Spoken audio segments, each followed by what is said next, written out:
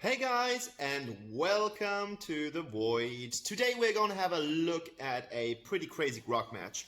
It's pretty crazy because we had the game in our hands for the most time, and then one bad mistake killed the competition. I know that you guys have a lot of games like that as well, or you might have games like that as well, and I just want to show you some games so we can actually have a learning from them, not only the cool stories where I'm like, look, I'm like crazy MVP, 25 kills against bots. No, this is not the right thing. You guys should be entertained, and we guys should talk about losses as well as wins. So we're going to have a loss today, and we are all going to learn from this because failure is always the best way to learn, as the Notwist have said it in a song. If you want to watch that, just go for that. And it wasn't the Notwist, it was another band, which name I can't remember anymore. Wait a second. Nope. We're gonna have a look at the CD record right now. I know that you guys are not interested in that, but that's something my mind is crazy about, things like that, so I need to check it out. And one of the albums is Riot on an Empty Street, which is kind of crazy because it's kind of like not consistent. So let us check this out. No, I'm gonna put it in the comments below if you guys are interested in cool music. Just listen to them. Why do I scratch my head? I'm a bit nervous because we're gonna put it up. Well, let's head over to the build section and we're gonna have a look at that. Alright guys, so I'm sitting here at my desk right in front of my laptop, and I just want to go through the build that I use with Grakk quite quickly. So as you can see, I've got the tight collars mark. It's one of the support items, as you are clearly the support. You should always adjust these to stuff that the enemy does in the team composition. So if you're playing against Quillen, I highly recommend the Ring of Defend. So the tight collars mark is something that is quite good because you have the tight collar, that's the passive ability, it increases nearby allies damage and the damage reduction as well, which is kind of a really nice thing to have. As you're gonna be quite mobile, you're using the Hermes selected, whatever. I should just change them, but you can go for more resistance with Sonic Boots or Gilded Greaves if you feel the urge to do. I've got the Gaia Standard here for the magic resistance. I've got the Aegis because it's got some really nice effects that it's like the Spirit Bond. It's reducing the attack speed and the movement. That's great for chasing things and for shutting things down. We've got the Mantle of Ra to have a little extra damage. If you ever feel that something more defensive would be good, I advise you to take, for example, the Shield of the Lost, or could even do the Frost Cape. The amulet doesn't make any sense on him at all because he doesn't have any healing skills. And as a last item, we do use the Frosty's Revenge. It gives us a little bit more power because otherwise Grakk is not really doing any damage at all. And we also have some HP as well as a slow, which is always quite nice. You want to CC them as hard as possible because you can silence, you can kind of pull things in, and you can shut them down with your 3. And therefore, this is the build that I advise you to use. If you have something else and you're fine with it, just go for it. I'm not here to kind of tell this is the only build that you play. It's my preferred build that I'm using. And I would say the Gaia Standard Aegis and the Aegis and the Mantle of Ra are kind of like, you should choose from situation to situation which is gonna fit you best to take at first. Tight collars first, and then the boots, and then tight collars second would be the first step that I'm using. So let's have a look at the Arcana. That's my standard Mage Tank Arcana. We're using Violate to just get a little bit of extra boost. We're using Benevolence to get the max HP as well as the movement speed and the health regeneration. And there will be Violence on the third one, the Greenish Arcana. And I wouldn't recommend anything else. That's for sure. Like, that's the only thing that I would ever take. We've got the Rivet Reader here. We're going full Afata, as you can see. We've got Nature's Gift because it's just nice to have a little bit extra HP on the support. And we're using Explosive Shield. And I can tell that I need to kind of integrate that into my playstyle even more so that I see when the stacks happen, that I can pull off that combination, and it does 10% of the current HP of the enemy when the shield explodes, which is really nice. Then we've got the Devour, as you can see here, with that little knife, and we do have the Bone Cutter to gain some resistance. It makes him even more beefy than he already is. So I would say let's go into the game and have a look how I performed and what kind of gives me headaches. So guys, welcome to the final game. I'm glad you made it through the intro and my build. And as you can see, we are taking the first item, the Waterstone, of this build. And as I said, I'm going to take the first tier and then I'm going to take the second tier on the Tidecaller's mark. And that is my to-go guide. Like, I'm always doing it like that, so you shouldn't, if you watch my videos on a basis, that shouldn't really surprise you. Okay, so I'm gonna talk about the game in different steps because, like, at the beginning, this was kind of a difficult situation that we managed to get out alive with a little bit of luck, and Crixie follows up here, which is also a good thing, and I'm able to hook in Toro here, and we're scoring a first blood in under 1 minute game time. So, to say, or to put it like that, the whole game went really, really well. Like, we performed quite good. You can always see that we're gonna have a better death kill ratio than the enemy has, which means we have killed them more often. We even managed to get a quite same amount on Abyssal Dragon stacks, which is actually quite nice as well, because kills are not the only warranty that you have in the game, or the only currency, let's say the only currency in the game. It's more about towers and objectives. That's like the bread and butter that you want to see in Arena of Valor. We're catching Toro here in a perfect manner. There's not really that much that he can do against it, and as soon as Wisp figured out that her support is gone, she is as well out, and we can start hitting them. I realized that as soon as L'Oreal does something stupid with her skills, she's kind of untargetable. Is that because of the cleanse? Did she use cleanse here? Can anyone tell me that? Because I didn't really figure out what happened here, and I've been watching the video for the 4th time. Should have checked her talent, but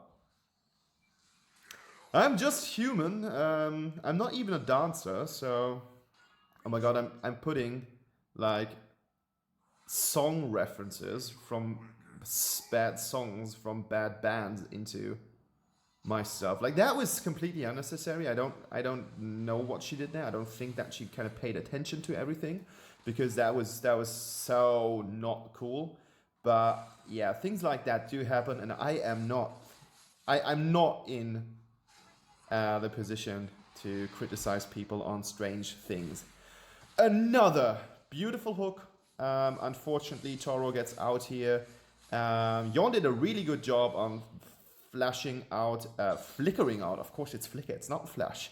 Flickering out of Yina's ult like combo, because as soon as she got you in the combo, she's like that wife who wants to get some money from you. You can't get away from it. It's not possible. She will dash you into different places, and she will smack your face quite often. Some people might like this, but I can tell, even if you have a wheel on your back, it's not something that I would recommend. He's got a freaking wheel on his back. Like, what's wrong with him? I mean, yeah, he does look a little bit weird, that Grakk, but why would you? Okay, the other thing is a cross. That doesn't really make it better. What's the thing that he has with the snow sickle? Is that a small, like, is that an ice bear? Or like a polar bear? They're dead anyways. We can't help it. Like, the climate change and everything just fucked them up. There's not much that we can do about that, but we should just avoid driving SUVs to kindergarten. Like, I'm not driving to kindergarten. Some pervs might do that. So, another scene where things get a little bit messy, and I will have some blood on my hands, is here. I did not ult because I thought that she would dash, and I was right. Predicted. Well predicted. I do die here to L'Oreal's whatever shit, but nonetheless my team is able to get them away and not get them, like, pull them away only, but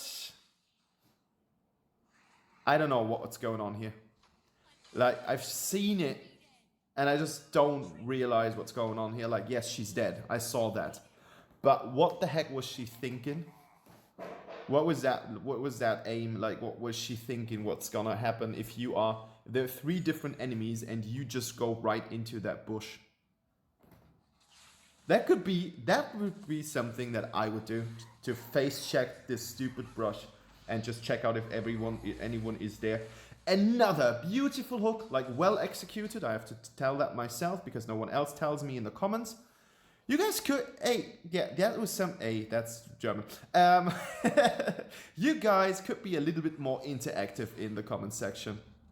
The only thing that I get from you is you could use that or you could use that. No, that's not the case. Like, you're nice people, but a little bit more honey to the soul would be actually appreciated. You've got a harsh life. And, yeah. It's not always going that well, but look at that. Like, the 2 of us are defending a tower against at least 3 people. And we're doing an ace job on that. And now, I've got me some panda. I'm a hello, little fella. Why don't you come over here? And she's like, idiots killed Yina. And I'm like, well, dude, I'm just hooking things. And as soon as I hook something in, I'm fine. I mean, we've got our counter Yina. And then it goes well as well. Like, at the moment, we're sitting at a 7-3. And we already have 1 tower, while they haven't managed to deal damage to 2 towers. They've got 1 tower, and that's it. Yina goes in. There's no way that we're gonna make it in. Yina goes back, which is quite nice. Like, I think she makes it out alive. Yeah, she makes it. I immediately... No, she doesn't. Okay, that's that. I'm sorry. So, ladies and gentlemen, at 7 minutes 15, while the enemy team has done 1 Abyssal Dragon, we have already destroyed the outer circle of towers. And now they're back at Abyssal, but that's the only thing that they can do. We are in the lead with 7 kills, and I think 2 or 3 of them have been kills for our AD carry.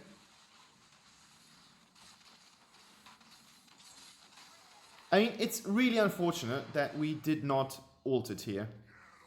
Trying to get Wisp, but there's not really that much that I can do against it. And the problem is, I'm super low on health. So the next enemy that's coming right into my direction will basically just kill me by looking at me. And there we go. I missed that hook. But I still feel confident enough to go in. And now I've got ult. And that ult is completely wasted, but the good thing is that Wisp wastes her ult as well. And wow, that was so close on winning a Wisp right into the tower. And of course we see the wave coming, and I think that we can distract them so everything is all right. Like, I don't know what my intention was, because if I would have grasped Wisp, she would just kill Yorn. I tried to distract Yina here, and the cool thing is that we are able to kill her. And now look at Yorn. He does the only thing that you can do. Aram hooks him, he flickers out, perfectly done. Like, really, really well played. And then Yina fucks it all up. A really nice 10-7 that turned into a 10-8. Still, honorable mention, the enemy has little to no tower damage yet. They will destroy the upper tower right now. And that was why while I was just doing such a great job on defending it with Yorn. That's really sad, and we're still in a really good position. Like, to be fair, we already have the 3 towers. That means we have 2 towers more that we can defend.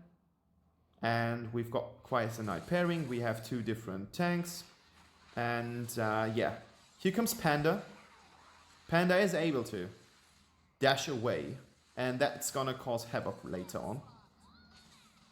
And what's gonna happen right now? Like, that's it's not a key scene, but it's something that you're gonna yeah, that hook was so bad. But still, I've got problems to pull the damage dealer into my own team's line. So we know that there's Panda. She says like focus Wisp, but Wisp has a really good positioning in this game. And she's done a good job on getting enemies and stuff like that. So what's happening right now is that we're getting surrounded. So I kind of split up to get into Panda. And as soon as I have done that, Aaron should have done different. Or if I saw that Aaron was doing it all the time, I should have done different. So it doesn't really matter. So I'm ulting in, trying to get the L'Oreal, and my team is so focused on that stupid Yina that I die. I don't know what I could have done better. I could have said, like, maybe I could have riled to attack. Maybe that would have given them a kind of an idea what I was up about. But I think it was quite clear. And I was able to distract 3 different players, like 3 different enemies. So even if you don't help me, you should at least be able to kind of get something out of that situation. Aram sacrifices herself to get the tank, which is quite nice. And she's done such a good job that they're able to get another tank as well. And I would say that our jungler wasn't that great. So it's another double kill. And as I said, from the 10-8 that we had before, we have managed to increase it to a 15-10, which is actually quite nice. And we have the second tower. So here's the chance. We're able to push everything through. I go in on purpose so that the damage is not located to the minions, but to the enemies. And now Wisp is like super low. It's just one shot from our Yorn missing that would basically kill her. And I think we should have tried to take that tower here.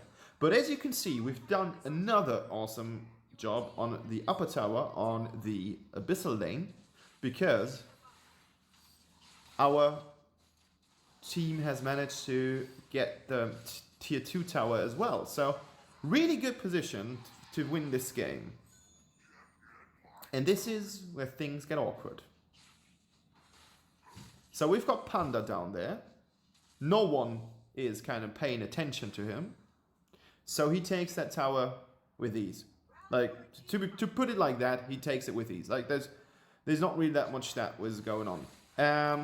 I reel in Toro, which might just not have been the best idea in my life ever. And that gives Panda the opportunity to go in and finish our Yorn, our damage dealer. Like, really, really nice play from Panda. I don't know why I call Zuka Panda all the time, but it just does make sense. And now my team gets completely lost in a really bad coordination. Yeah, Yorn is right about that. Team sleeping. I think that was pretty awkward. And Aram getting Yorn was the bonus. And now look at this. I mean, you guys have already seen the length of the video, so you are clear about what's gonna happen. One single scene just costed us the game. Defeat. And that is why you guys should always pay attention to that fucking map. I'm not mad about this, like, don't get me wrong. The game was fine. I saw that I did make some mistakes. I know that my positioning could have been a little bit better, so I use these videos and I watch these videos to learn from that. But my verdict from this game, and that's important because I want to I don't want to educate, guys, but I just want to make something clear. It's super important to ping things. That's something that I have learned from this game again. And it's super important to pay attention to the map. And everyone should do that, because otherwise a lot more games will be lost. So this is kind of my conclusion. Thanks for watching. If you stayed until this point, a like would be highly appreciated. And if you haven't subscribed to my channel, please do so for more weekly videos. There's 4 in a week. 4. I'm What If Does Gaming, guys. Thank you and have a pleasant evening. Bye bye.